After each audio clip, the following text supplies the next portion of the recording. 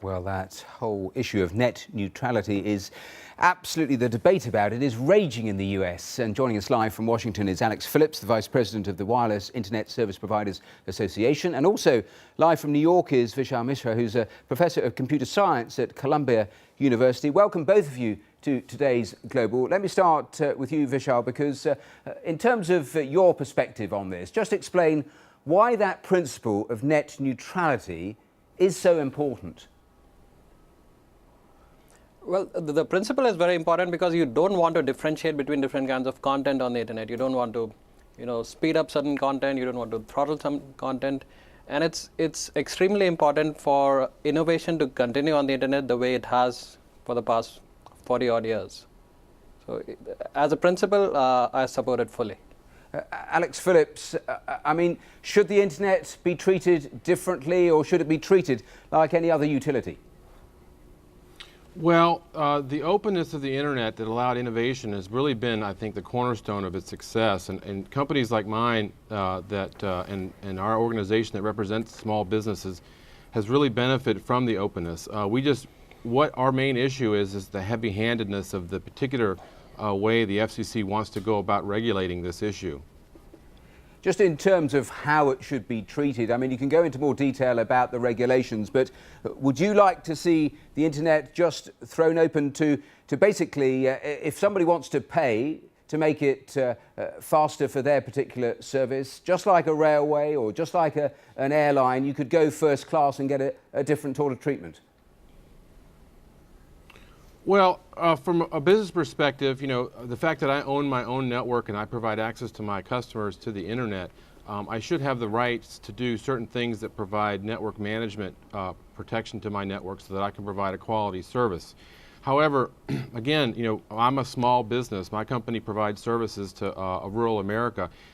The innovation of the internet, the YouTube, the Netflix, and the services that they provide are really a benefit to my company, because my customers want my services because of that. So in that respect, I don't have a problem with an openness internet, and we have no conflict with that as well.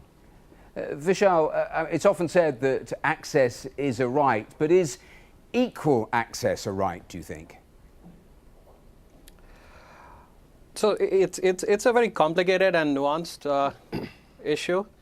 We are tempted to say that we should treat the internet like a utility, like electricity or water, which on the surface seems right. But if you think about it, the internet is not like electricity or water. I don't really care where my voltage or current comes from.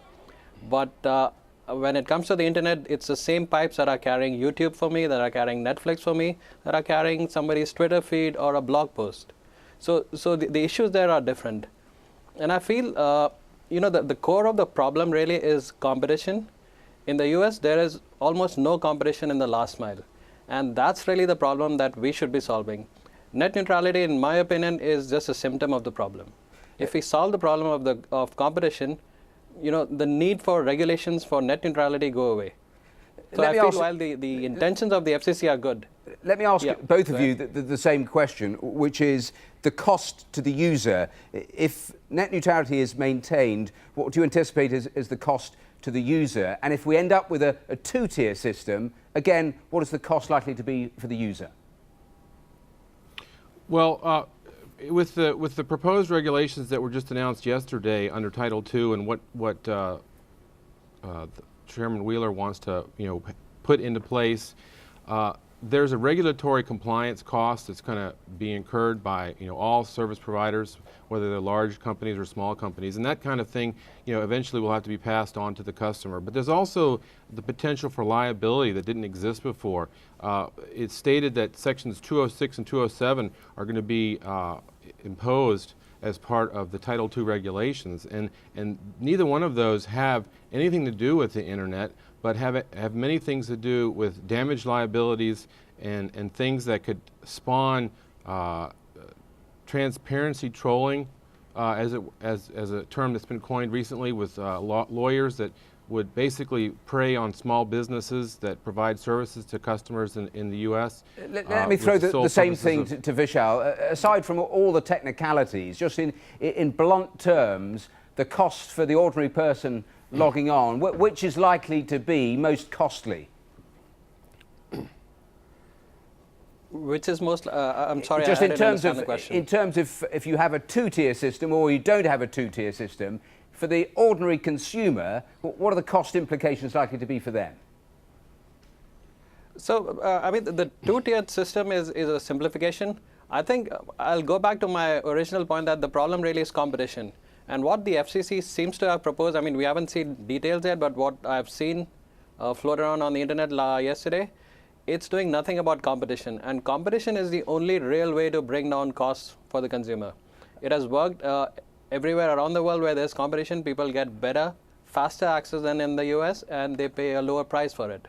Unfortunately, what I saw the FCC propose, they are taking the lack of competition as a given, and then they are designing regulations around that. I know you've been looking at the system. Focus should be to, I know you've been looking at the same debate in India. Is it raging just as hotly as it is in America?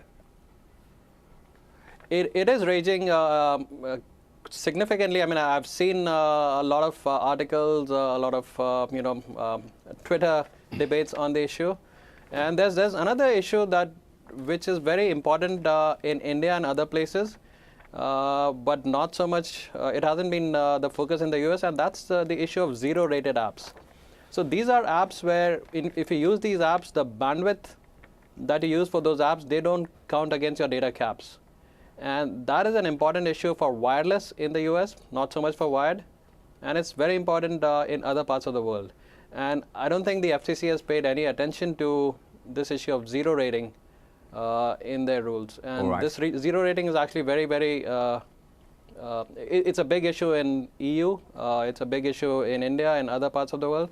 And a lot of countries have banned zero-rated apps, but the FCC seems to have just ignored it. All right, there we have to leave it, gentlemen. Vishal Misra and Alex Phillips, thank you so much for joining us here on today's Global. Thank you.